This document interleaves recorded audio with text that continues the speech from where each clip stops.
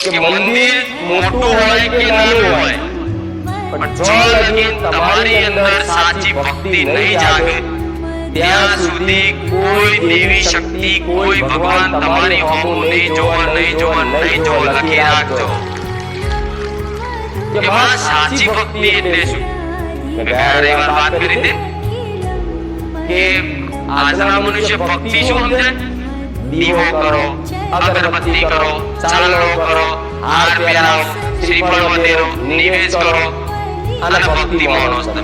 કે ભક્તિ કરે દીકરા, માં હાવડી ભક્તિ તો બેટાઈ કરું, હવારમાં એક દીવા કરું. એ દીવા નહીં, એ ભક્તિ ના કહેવાય. દીવા એ ભક્તિ કહેવાય ના.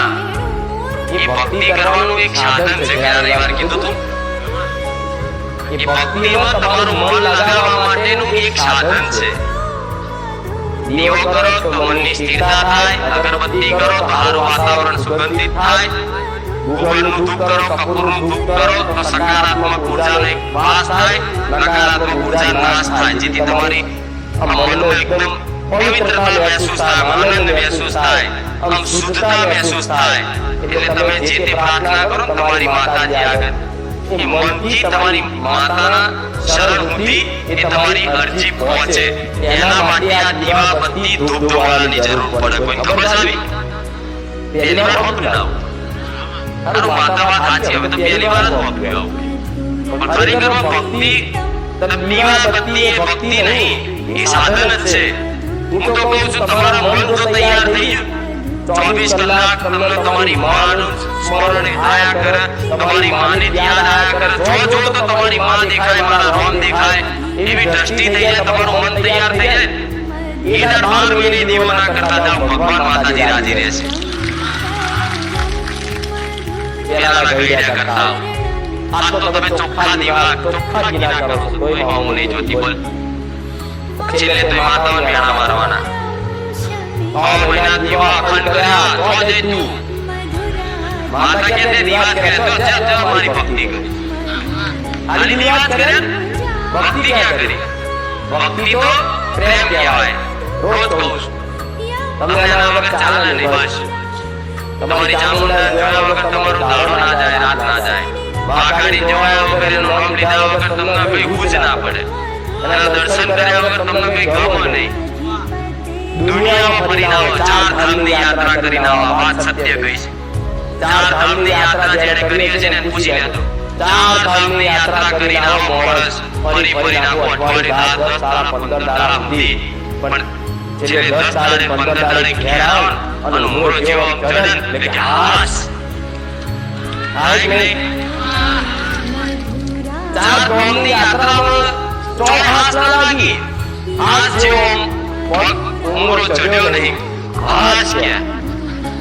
હાસ ઉપર તમે તમારી આત્મા ભૂલી જાય. હાસ તો હાસ તમારા ઘેર જ છે, જોઈ છે.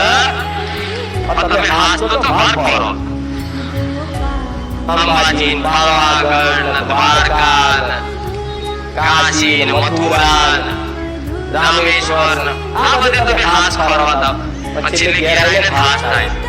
એટલે હાસ ઘેર આવી થતી હોય તો તમારી માં છે ઘેર દીવા બેઠેલી, એના શરણમાં એના દીવા અમે તમને હાસ લાગશે. જગતના દુનિયાના મંદિરો નહીં લાગે.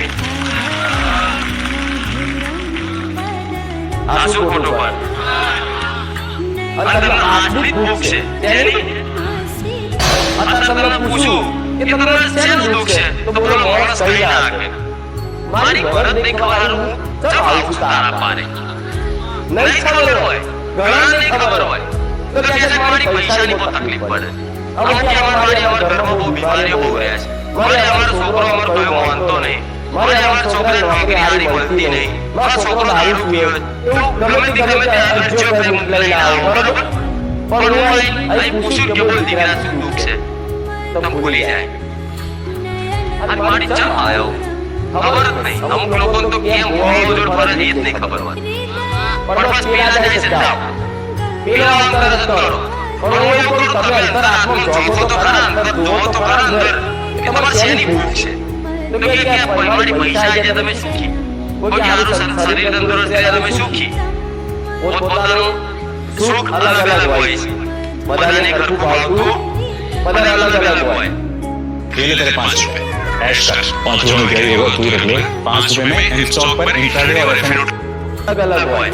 પણ વિચાર કરો, તમને ભૂખ હોય ને, પહેલા એક પ્રવચનમાં કીધું હતું કે તમને ખરેખરમાં પૈસાની ભૂખ નહીં, તમને કોઈ માન સન્માનની ભૂખ નહીં, તમને કોઈ પદ પ્રતિષ્ઠાની ભૂખ નહીં, તમને કોઈ ગાડી બંગલાની ભૂખ નહીં, તમને કોઈ જવેરાત ઘરેણાની ભૂખ નહીં, પણ જે વસ્તુની ભૂખ તમે માનો છો, ધારો કે પૈસાને તમે માનતા હોય મારા પૈસા આવી જાય તો હું સુખી થઈ જાઉં, તો પૈસા આવવાથી જ માણસ સુખી થતો, પૈસા આવવાથી એની જોડે આવો પછી એ પૈસા જોઈ એ આનંદિત થાય ને, એ આનંદની એને ભૂખ હોય છે।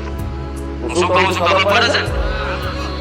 એક કરોડ રૂપિયા 80 વર્ષનો ડોહો હોય તો 80 વર્ષનો તો 100 વર્ષનો દાખલો આલો, મારી વાતો બહુ ઊંડાણની ઝીણી હોય પણ શિખામણ સારી મળશે। આમ કોઈ 100 વર્ષનો ડોહો હોય અને છેલ્લે મળતા ઘડીઓ ગણતો હોય, તાળી ગણતો હોય, વેળા ગણતો હોય કે ચારે હવા બધાને કીધું હોય કે આવજો જજો હું જઉં છું હાચવજો એકબીજાને ફલાણું ઢેકણું, બધા મહેમાન ખબર કાઢવા આવી જાય છેલ્લે, અરે એવા છેલ્લે ટાઈમે છે એ દાદો એ તમારો વડીલ ખાટલામાં પડ્યો હોય અને છેલ્લી ઘડીઓ ગણતો હોય, 2-4 દાડા બાકી હોય છતાં એ ટાઈમે કોઈ જઈને એવું કહે તો દાદા આપણે એક જમીન હતી ને એના પૈસા હલવાઈ રહેતા ને 1 કરોડ રૂપિયા આવી જાય, આનંદ થાય। એ પૈસા એને ખબર છે હું વાપરવાનો, હું નહીં જવાનો, પણ પૈસા આયા ખાલી એને ઓફરી તો એનો આનંદ થયો, ખાસ પૈસા આયા। એટલે ખરેખર પૈસાની ભૂખ નહીં, એ પૈસા આવવાથી એનો જે આનંદ થયો ને એ આનંદનો ભૂખ્યો હોય માણસ, મેળવી આવતો ભૂખ આનંદની હોય। તમે માન સન્માન જોતું નહીં, માન સન્માનની કોઈ ભૂખ નહીં, પણ કોઈ આવકારવાળા આવો ભાઈ ચા બા પીઓ એટલે એ આવકારવાળા એની પાસે તમને આનંદ લાગ્યો, હાજ મને આવકારવાળો, એટલે ભૂખ તમને માન સન્માનની નહીં। સોનું પહેર્યું તો સોનું પહેરવાથી આનંદ આવે, પણ છતાં સોનું પહેરે અને બધા આજુબાજુ વાવા કરતા હા જબરો ભોળા દાગીના પહેર્યા, એટલે લોકો વાવા કરતા હોય એટલે તમને એક આનંદ અનુભવાય કે જો બધા મારી વાવા કરે છે, એ ખરેખર સોનાની ભૂખ નહીં, તમને આનંદની ભૂખ છે।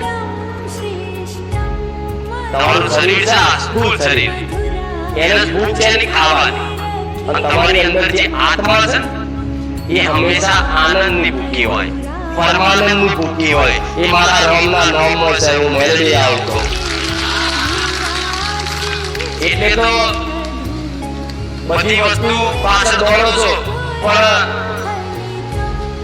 જે આનંદની પરમાનંદની જે ભૂખ છે, આત્માની જે ભૂખ છે, એના કલ્યાણ માટે તો પછી તમે વિચારો છો ખરા કે તો મારી આત્મા તો જોઈ કોઈ દાડો, તમે તમારી આત્મા અલગ વસ્તુ છે તો ખબર છે, દેખાતી નહીં, જેમ માતા દેખાવ એવી તમારા અંદર બેઠેલો જીવ, પરમાત્મા રૂપી જીવ એ દેખાય છે નહીં દેખાતો, પણ માણસ મરી જાય તો શું કે ફલાણા મગનભાઈ મરી ગયા જતા રહ્યા, તો મગનભાઈ તો અહીં પડ્યા છે પણ જતું કોણ રહ્યું, તો જતું રે કોઈ હોવું જોઈએ, એ દેખાતી નહીં આત્મા, પણ મહેસૂસ અનુભવ થાય છે ઓ કે આ મગન દાદા મરી ગયા, મગન દાદા લાગતો હોય શરીર તો અહીં પડ્યું હોય કે મગન દાદા જતા રહ્યા ઓફ થઈ ગયા, ભગવાનના ઘેર ગયા, પાછા એવું લખે ભગવાન એમની આત્માને શાંતિ આપે, આવું બધું લખો છે ખરા, પણ આત્મા છે એવું કોઈ તમને અનુભવ થતો તમે જાણો છો પણ માનતા, પણ ખરેખરમાં તમારી અંદર જે જીવ છે ને આત્મા સચ, અને આત્માનો અને તમારી માતાનો સંબંધ છે, તમારા શરીરથી કોઈ લેવા દેવા નહીં લખશો, પણ આત્માની ભૂખ શું છે? આનંદ। પણ આનંદ ચો ખોરો છો તમે? પૈસામાં, બંગલામાં, ગાડીમાં, દાગીનામાં, મોન સન્માનમાં, એ બધા આનંદ ખોરવા જાવ છો, પણ કોઈ મળે છે? પૈસા આવી જાય છે તોય સુખ મળે, આનંદ થાય છે? કરોડપતિ ન તો કોઈ 500પતિ માણસ થઈ જાય, પણ છતાં એને પૂછ્યા ભાઈ તને સુખ ખરું આટલા પૈસા? શું કરવાનું? આટલા કરોડો રૂપિયા છે પણ જીવનમાં કે આનંદ નહીં, મજા નહીં, શું કરવાનું? એટલે આનંદ વગર માણસને ગમે એ આનંદ છે ભક્તિમાં મળશે, અને એવો મળશે, એવો પરમાનંદ મળશે ને કે ભક્તિ એક વખત લાગી જાય ને, જેમ મીરાબાઈ જોજો, મીરાબાઈની ભક્તિ વાપરી છે કથા કે કૃષ્ણમાં બસ મારો કાનો મારો કૃષ્ણ આખો દાડો એના ભજન કર્યા કરે, એને જોયા કરે, એનો પતિનું ધોલ ના રાખે, એના સાસુ સસરાનું ધોલ ના લે, કોઈનું નહીં, બસ એના કૃષ્ણ કૃષ્ણના કૃષ્ણ જ દેખાય. છેલ્લે આખી એનો પરિવાર એની પર તૂટી પડ્યો, એને ઝેરાની મારવાની કોશિશ કરી, છતાં એને બસ કૃષ્ણ જ દેખાય, કૃષ્ણ જ દેખાય, કૃષ્ણ જ દેખાય.